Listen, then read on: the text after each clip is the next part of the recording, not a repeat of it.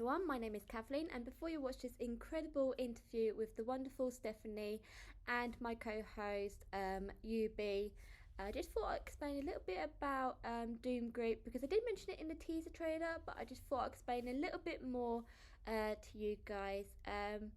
And basically, the story behind it is that my ex-flatmate and myself decided to come up with this community group, and my ex-flatmate said to me, she said, oh, what is the show that you like? And I said, oh, Doom Patrol.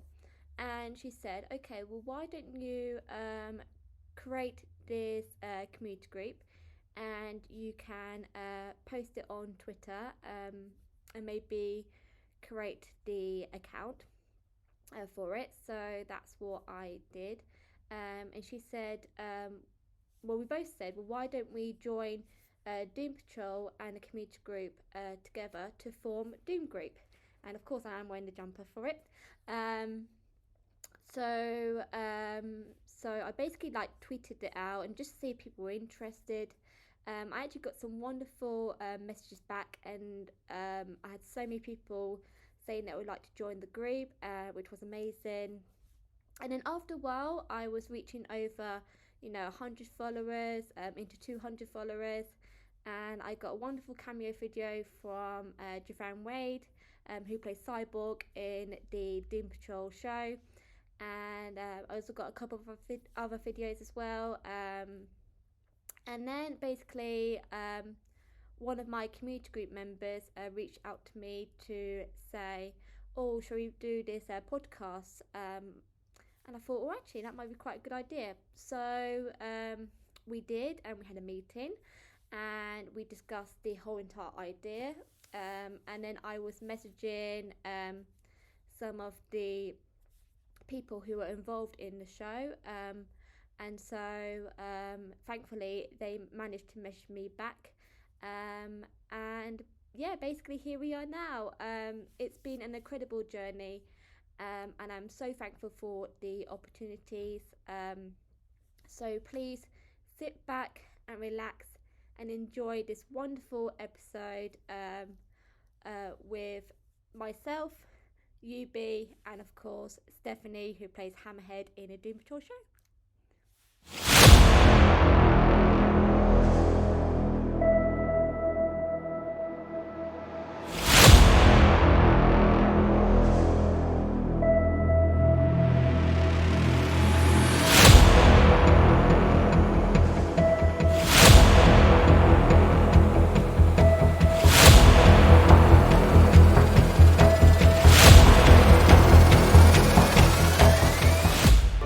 Our first guest on the podcast series is an actress who is one of Jane's personalities. I shall let this person introduce herself, and she'll discuss what character she plays in the show. Hey, I'm Stephanie Czajkowski, and I play one of Jane's personas, the illustrious Hammerhead. And illustrious is such a great word, I think. Illustrious. I'm like, it sounds so flowery, right? Yeah. I like to try to soften it. Right. Well, talk about the audition process for sure. When you went into this character, like what, how did you go into it? What kind of work did you do preparing for that? Well, it was, the thing about DC shows, the thing about shows that are based on specifically comic material is they tend to keep stuff really close to the vest. So I had a breakdown that said, she settles things with her fists. She was tall, she was strong, she was angry. And basically I had 2 pages of what are called sides. Basically, the way the process goes is there's something called breakdowns. Your agent or manager submits you on stuff that they think you're right for. Casting calls you in the before times, because this was the before times, you would go into an office in person, and then you read and you tape, and then they send it off to producers and they decide. In this instance, I had been going through chemotherapy for breast cancer. I had a bald head. So I went in And based on the description they had, I just was like, oh, this is my idea of how this would be. Because, casting is there to help guide you. And they were really kind. David Rappaport and Lindsay Baldessere are the casting directors for Doom Patrol and for a number of other DC properties. And I was reading with Lindsay, who was like, okay, so this is what we know about, how Diane has been doing Jane, because also it hadn't dropped. Because usually when you go in for something like this, you can watch some episodes to have a sense of tone. Right. But in this instance, like, you had nothing to really go on. And so they gave me some redirect based on what they thought was going on, because they were trying to get some tape of Diane actually playing the character. And I'm trying to think if we actually got to see it. It feels like it was so long ago. And I'm not sure if they were able to get it for that audition. And so basically they just kind of put you through the paces and redirect you, and then you leave and you hope that it was, somewhere in the target that they've set. And I just got really lucky that, I got the call like a day later that they're like, yep, you've booked it. You'll be shooting in January. And I was like, all right then. And my favorite thing was they were like, don't change your hair. And I was like, it's not going to grow back for a while. So don't worry about it. Oh, that's amazing. Which was its own little thing. Cause like I said, like I lost my hair because of chemotherapy. I got some headshots and was like, well, I am tolerating chemo really well. My doctor says I can keep doing it. It's not an issue, so I'm going to keep trying. And if, I didn't know, when you're bald, like when you have a bald head, you don't think it's very polarizing in terms of like what things you're right for, Yeah, and I'm like, sure. well, we'll see, and I just happened to I happened to hit I think that bullseye. Specifically, if you look at the way Grant and Richard like created her in the Grant Morrison version, but also like as I got more into her and reading about her, I'm like, oh yeah, this is full, like we call it a hand glove when you're like, oh yeah, I totally get this person. I totally get them. So yeah. Huh. Are you good at remembering your lines? I am, for the most part, yeah. I mean, when it's been a really long day and I've been up for a long time, sometimes your brain does the stuff that you're like, which, sometimes actors are like, but everybody does it. Like, sometimes you're like, what am I saying? And then, you go back and it's just the nature of being a human being, and trying to relate to another human being. Like sometimes you get too caught up in the connection that you're like, what am I saying? Is there a trick to it? I think everybody's trick is different. Yeah. I am a big fan of repetition. I like getting, I have a theater background, so I like getting stuff into my body. So I will write out my scenes. I will retype them out as if I've created them. Then I will repeat them. I will go over them, but then I'll do housework. Like there's apps now to help you learn your lines. So I will put it on this app that has me talking against myself, and I'll do housework. My house is never cleaner than when I have an audition. Because the exercise of kind of thinking about it but not thinking about it helps get it, I think, on a subconscious level where it feels more innately part of your body instead of just words you're saying. Mm-hmm. Yeah, because for me, part of obviously the good thing about being autistic is that we have an extremely good memory. And nice. When I was back at college, I was doing performing arts, and I had to read, so I did musical theatre, and I had to read some lines, but I was literally off script before anyone else was. And my teacher was looking at me going, you're literally off script. And I went, yeah, because I would read it 10 times over and over, and then I would know it off by heart. And it's just, it's crazy. Yeah. I think the circumstance changes for me because, I've been an understudy for a play, and I've just known the entire thing that I can learn melody and songs really fast.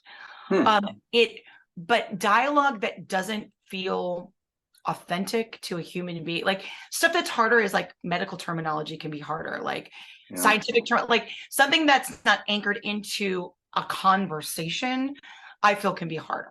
Or Yeah. words that for you innately, like if it's worded in a way that you're like, this doesn't make sense. And sometimes it will be done very specifically. Sometimes it'll be done because it's, not great writing. Like it's, Yeah, sure. or it reads, sometimes my husband's a writer, and sometimes stuff reads better on the page than it does coming out of your mouth. And that's something that is, because people don't talk in complete sentences all the time. Like the thing that drives me nuts a lot of times on film and television is you don't, as a human being, refer to someone by their first name all the time. Like, yeah, right. They'll do it to lay pipe or to tell story. Yeah. But when people do it consistently, I'm just, it pulls me out, because I'm like, yeah, that's not how people talk, Yeah, that's super interesting. And I appreciate your analogy about like feeling it, because I wanted to ask you, so you talked about your fight with breast cancer and, the how it affects 1 in 8 women in the world. Like it's crazy. Right. And so it's right. And it's sad, but I feel like, and you've even said this before we started recording, that people come to you because it seems like you found a way to, lean into it. And meaning like you lost your hair, right? So you auditioned for Hammerhead, you're playing Lieutenant Tavine on the season 3 of Picard, who's also bald. Like what, so how does that real life experience play into your characters? Well, I think the interesting thing for me, particularly, is that a word? It might be a word. I could probably totally. Is yes, there was cancer.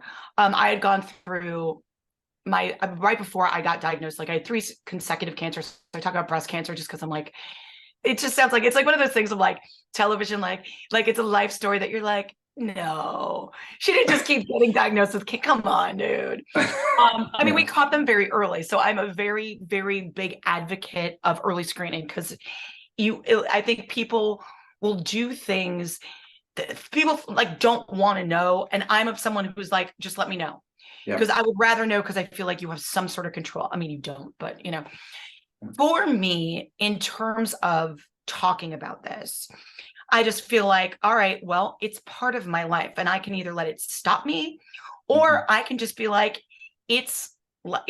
for me, like cancer is my chronic disease. It's my diabetes. However, I'm also very lucky that it has not, for the most part, laid me out. Like it at its worst for me, it's been like a really bad flu. It's been like a really bad hangover. Like I tolerated treatment really, really well.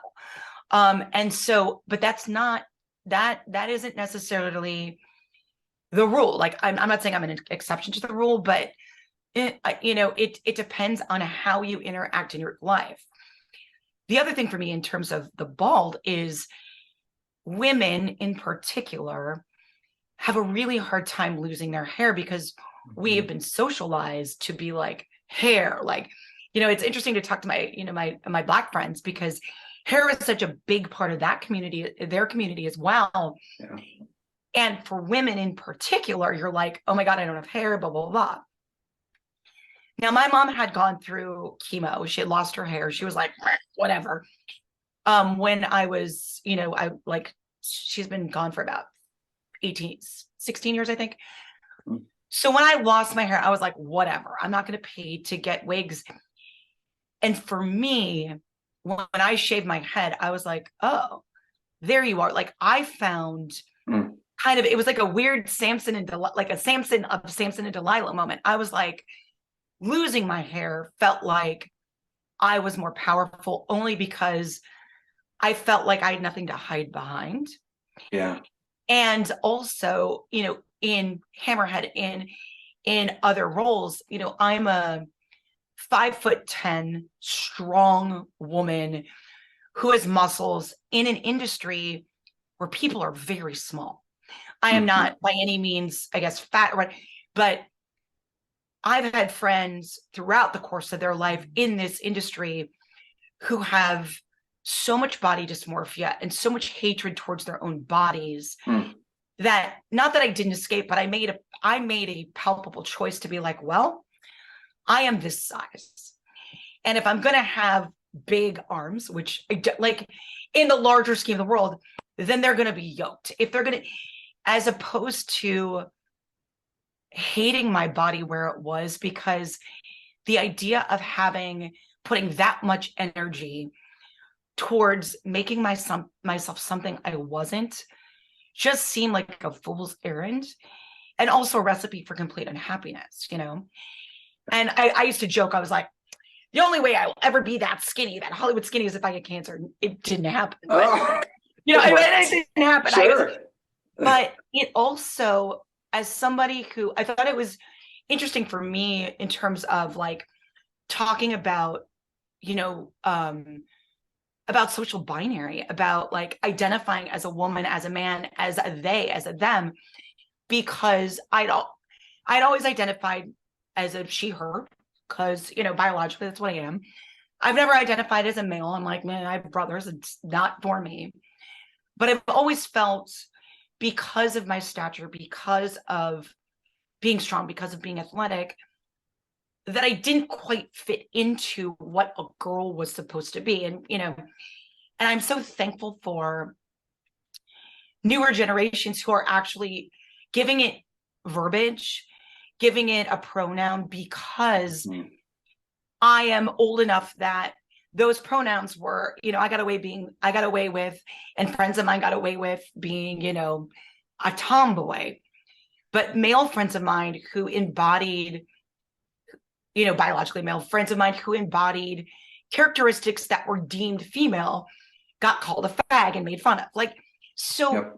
For me, on a larger scale, it was like being able to come to know myself in a way, not only just embracing cancer, but just being like, oh, this is me. And so it's funny to have conversations like, you know, what are my pronouns? I'm like, well, she, her, they, them, but I'm also so old that I just don't give a fuck. Totally. Yeah. Be kind. But I also understand a need for people to be recognized as they are. And I'm also, and I think my coming through cancer was just like, you're either going to like me or you're going to not. That's been part of my MO for a long time. But now when you're faced with death, I think I'm just like, no, I'm just going to fully embrace it. Anyway, that was a long explanation, and I don't even know if it answered that question. It went all kinds of places, but no, I think it totally did, and I think it really did. No, because and I think Kathleen, you know, again, this really gets into now a conversation about mental health. So I think Kathleen, you were going to talk about that, right? Absolutely, because this is what the community is all about, is expressing how mental health has really like how we be dealing with it. Because for me, when lockdown hit, that was tough, that was horrible, and at that point I just felt like I was really low, I wasn't really happy, and that's why Doom Group was able to just bring back that happiness and that joy and that love. And every time I watch Doom Patrol, it just makes me feel so much better, because I'm now in a much more happier place where I can just talk to anyone about it, and they absolutely love it as well. And I'm telling my friends about this as well, and they sound really interesting. And I just want to be able to prove to people, you know, those that have disabilities, anything is possible. And so that's why I'm doing this. It's just to not just to do it for myself, but just do it for other people as well. Yeah. I think that the conversations we're having to that point, during like the amplification of mental illness and dealing with mental struggle, normalizing it. And I think that's why I talk about cancer so much. Like breast cancer is, we've been socialized to hide everything that is so difficult. Yeah. And those are the things that make us human. Those are the things that make connections on an even deeper level than, you know, whatever we've been taught to do. And I think, you know, when you talk about that, Kathleen, is Doom Patrol addresses that. It gives us something to discuss, that something in common to then discuss about all of these things we have in common. It's kind of an entree, if you will. Like it's an entryway to have uncomfortable conversations, or what are usually deemed uncomfortable conversations. But if you are someone who's embracing something that is normally uncomfortable as something that you're fine with, it's finding those other people who are able to have that discussion, because not being able to do that is incredibly lonely. Yeah. Well, and I think that's what Doom Patrol represents, this group of tragic characters, right? Like, yeah, that became who they are. Unlikely, yeah, unlikely no. family, you know? Yeah, well, exactly.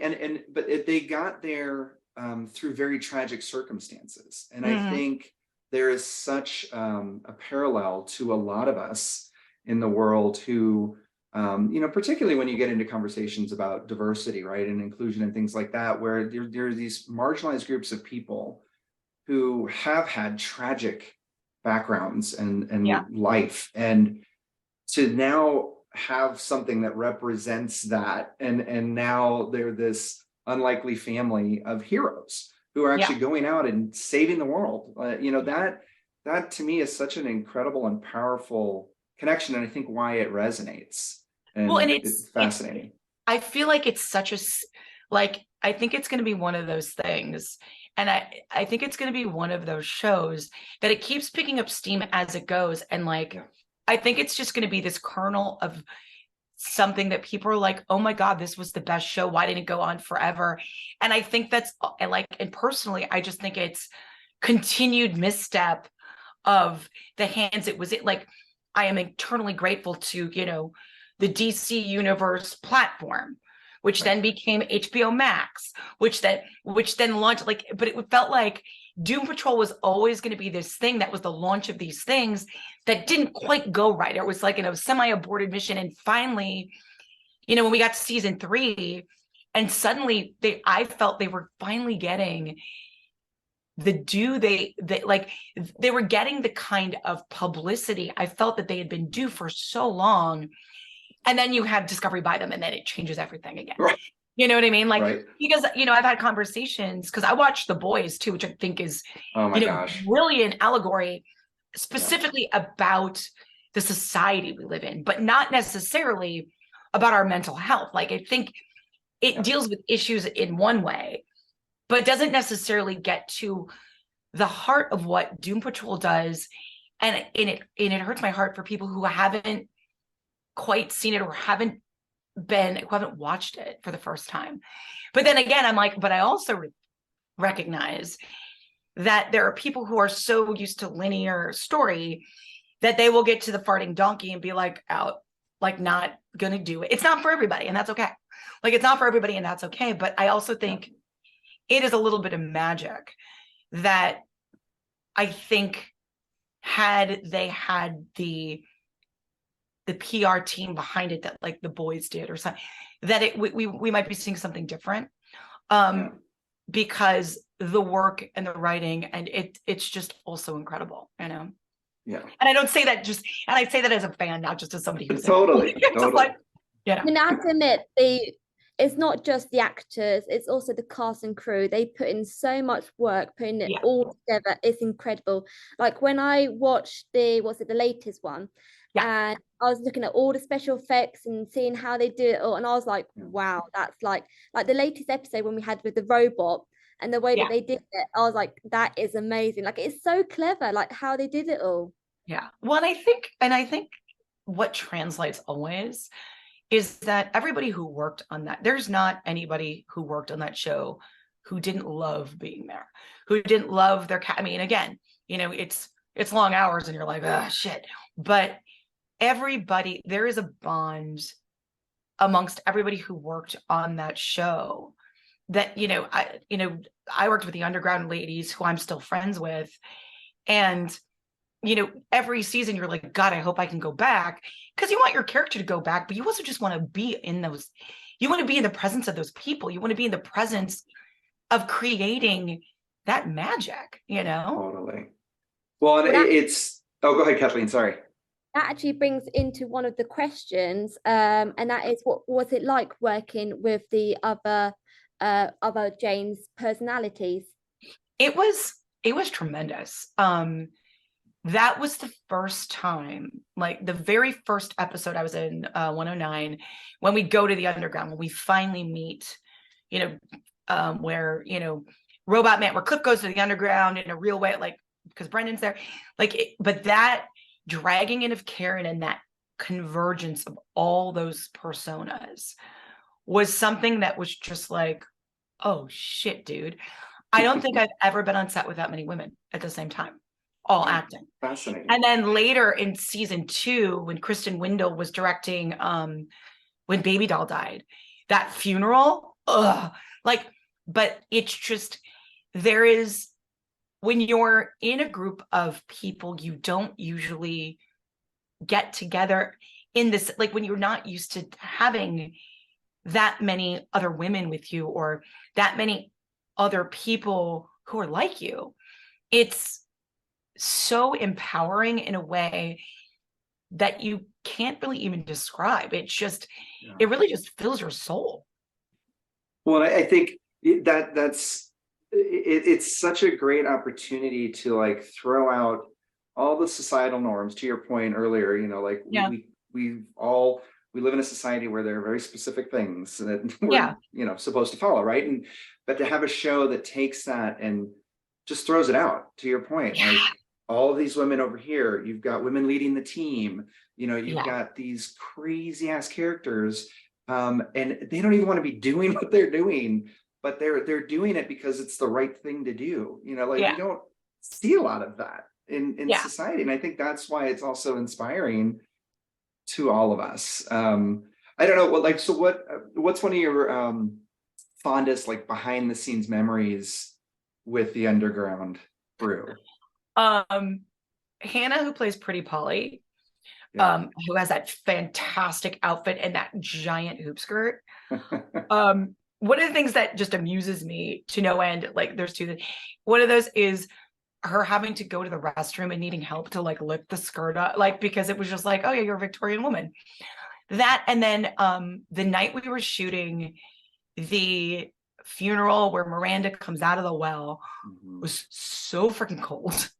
And I remember Diane, I think it was me, it was Diane and myself, might have been Kristen, huddling, and Kristen, the director, and I think we might have pulled in Hannah or Jackie, and drinking hot cocoa in this sound like tent as we're like waiting to go on to go and like do these scenes. Just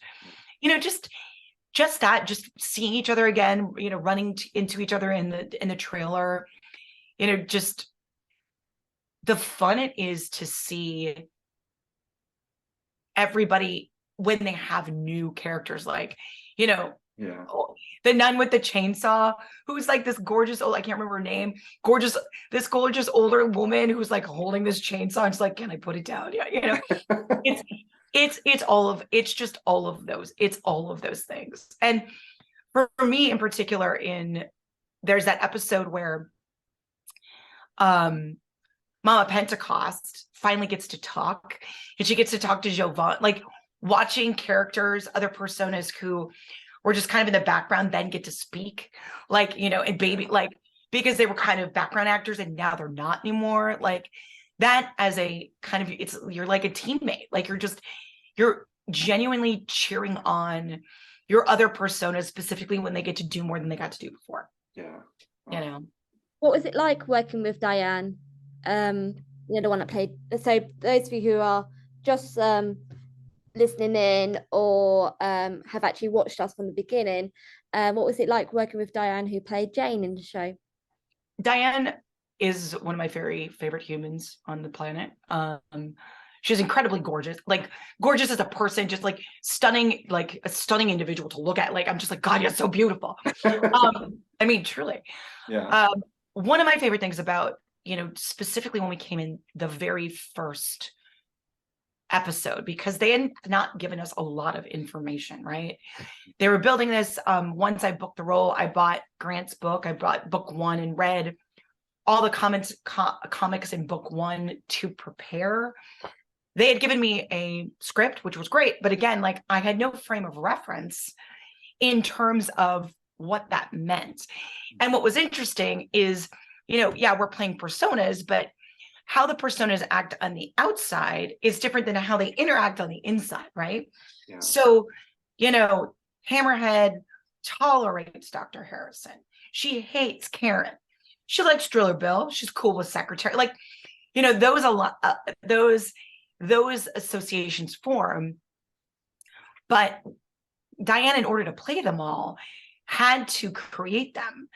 And so when you came in, like when I came in that first episode, I was kind of like, Diane, not how would you play that? But there were some stuff, like there were some things like, I don't know, just how would you play it? Because you want it to be consistent with what she's doing on the like when she's playing those characters on the surface. And when it came to that, she was incredibly, incredibly generous because she already has a lot of work to do. And so she was always there and, our leader, but also part of this bigger ensemble. Like we all literally felt, I'm speaking for all of us, but I think I can, but we felt part of her. And she's really a dream to work with. She's a really talented actress. Yeah. And a really, really, I mean, she had to your point on mental health. She did during was it second or third season? It was the second season, I think. She was simultaneously like producing a podcast about mental health, which I'm like, how are you doing all of these things at once? Which was really, really good. And, I can't wait to see what she does next because she's really, really a special individual. I mean, she was amazing in Disney's Encanto as well. Oh God, yeah. When I heard her voice, I was like, "Oh, right." Yeah, right? Well, and that it's interesting because since Doom Patrol, now we're seeing really a lot of you become way more recognizable. I mean, look at Brendan Fraser. Oh yeah. Diane, but you as well. I mean, you've gone from Hammerhead to Lieutenant Tavine now. Like, what is that ever a thought going into a role? Like, what? I mean, I think you hope so. You always hope. It's never about fame, but it is about auditioning sucks. Anyone will tell you auditioning sucks, and auditioning is your job. But auditioning a lot of times is sometimes harder than the job. Like doing the job is so much more fun, rewarding. It like it's a different animal. Yeah. A little bit. And so you hope, I think, that people recognize your work or they recognize you. And, for again, like as I mentioned, people like me, tall, strong, bald, like there's not that many, like, when we're looking to when you're looking to film and television to see you represented there, you're not like even me, I Kristen Johnston a little bit, Allison Janney, like, I end up playing China, who is not in film and television, but like you're looking for someone who looks like you to know where you might fit in. And thankfully in the last, 4 to 5 years, I can't say the decade, but like literally, I would say in the last, 5-6 years, we're starting to make bigger strides with that. And I think it's great. Like I will forever be thankful to sci-fi and, comic book, programming and, in these genres, because I'm like, oh, that's where I fit in. Like I went to school for drama and musical theater. And I remember my teacher being like, you've got a woman's voice in a girl's body. Come back when you're like 40. And I'm like, great. So you go because you want to work. Yeah. And so like in terms of breaking out, like, when these things are going well, it's great for your agent to be like, oh, by the way, she's in this. Yeah. Because it maybe it helps get you the opportunity, I mean, my question is, if you could have a superpower, what would it be?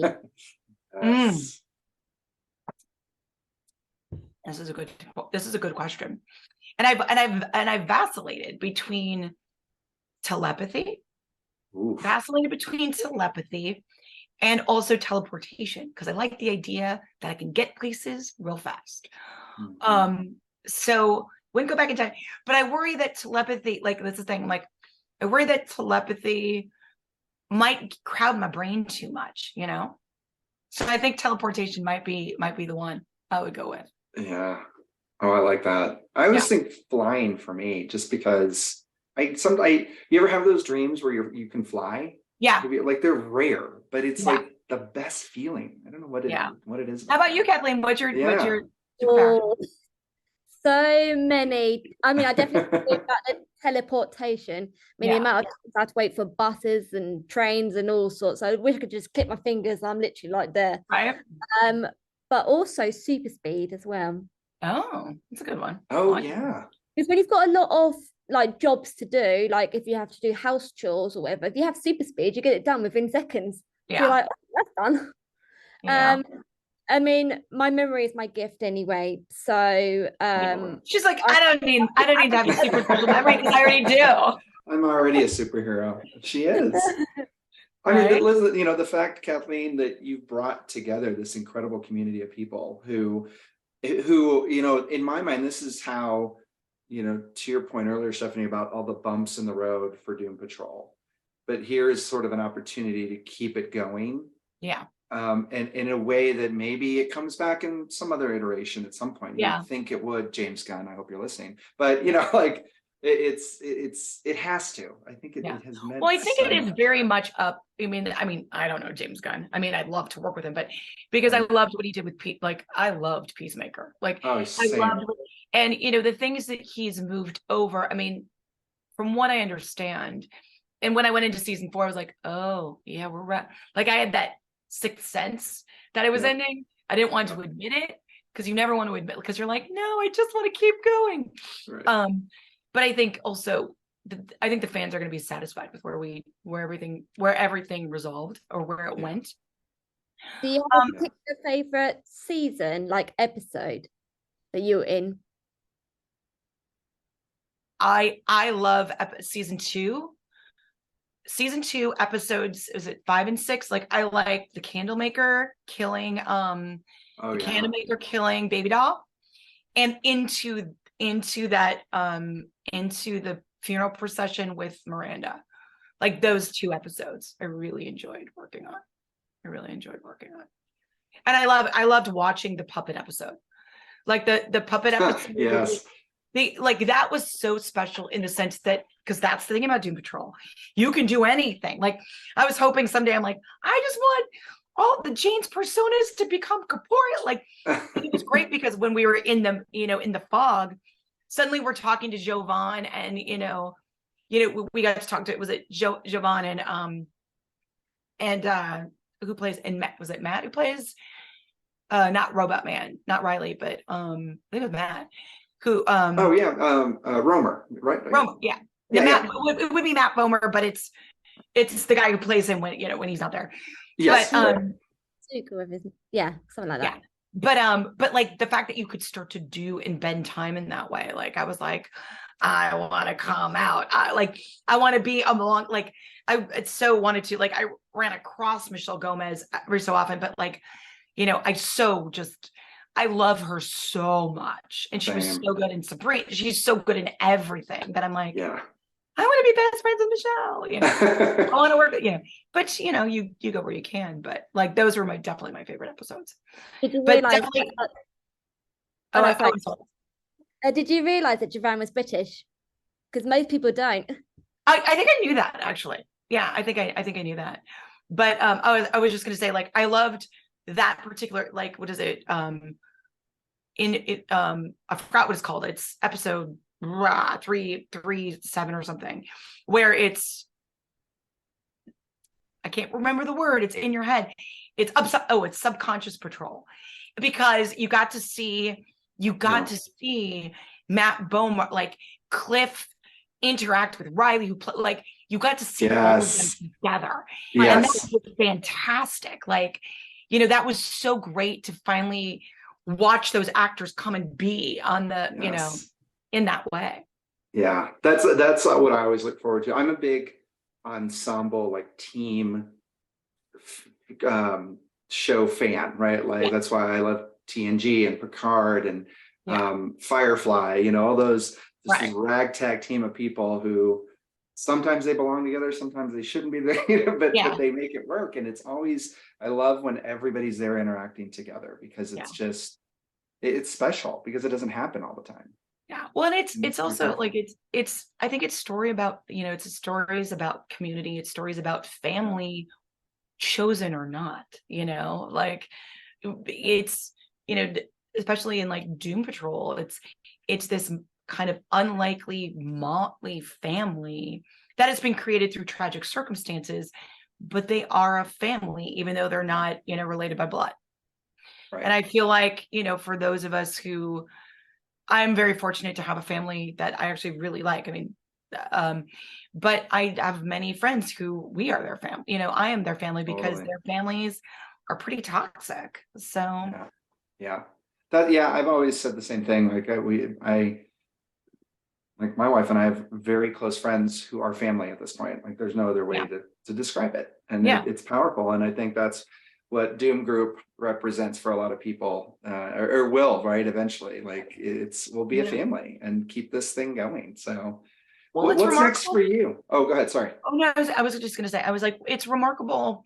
Social media, for all its ailing, like it's got its bad shit, but you know, in stuff like Doom Group and stuff where people, where previous to platforms like this, you couldn't find people from all over the world who are part of this community that can come together. And that in and of itself is this more interconnected world is something that I am very thankful for when it comes to social media.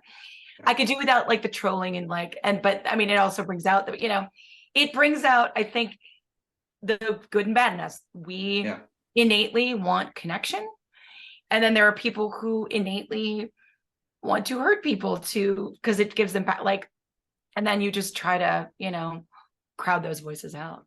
For sure. What do you think sets Doom Patrol apart from other superhero shows? That's a good one. The subject matter, unequivocally. I mean, the subject matter in terms of